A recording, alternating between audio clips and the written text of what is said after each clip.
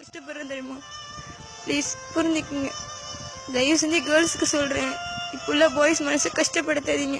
ஏன்னா பாய்ஸ் நீங்கள் தொங்கி தொங்கி வர்றதுக்கு அவங்க எப்படி சொல்கிறது, இப்போ உள்ள பாய்ஸ் சே போ அப்படின்னு தூக்கி எறிஞ்சிட்டு போயிடுவாங்க. ஏன்னா இப்போ உள்ள பாய்ஸில் வரல எவ்வளோதான் நம்ம இறங்கி வர மாட்டாங்க. ப்ளீஸ் தயவு செஞ்சு பாய்ஸை மட்டும் அழிய விடாதீங்க, அழுகவும் விடாதீங்க.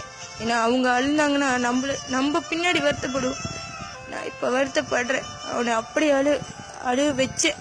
நான் ரொம்ப என் பாயை ஹர்ட் பண்ணியிருக்கேன். அந்த ஹர்ட் இப்போ நான் அனுபவிக்கிறேன். அவன் எவ்வளோ வெளிப்பட்டிருப்பான்னு நான் இப்போ தெரிஞ்சுக்கிட்டேன். கண்டிப்பாக இந்த ஆடியோ அவனுக்கு போய் சேர்ந்து என்கிட்ட திரும்பி வருவான்னு ஒரு சின்ன நம்பிக்கை, கண்டிப்பாக சேருவான்னு ஒரு நம்பிக்கை. சப்போஸ் இந்த ஆடியோ அவனுக்கு போய் சேர்ந்துச்சுன்னா நான் அந்த ஆடியோ அனுப்பினவங்க எல்லாத்தையும் மறக்க மாட்டேன். பிகாஸ் அவன் என் லைஃப்பில் எவ்வளோ முக்கியம் நான் இப்போ தெரிஞ்சுக்கிட்டேன். லைஃப்பில் அவங்க லைஃப்பில் இருக்கணும். Love is beautiful. ப்ளீஸ் அதை மிஸ் பண்ணிடாதீங்க. நான் மிஸ் பண்ணிட்டு இப்போ உட்காந்துருக்கேன்.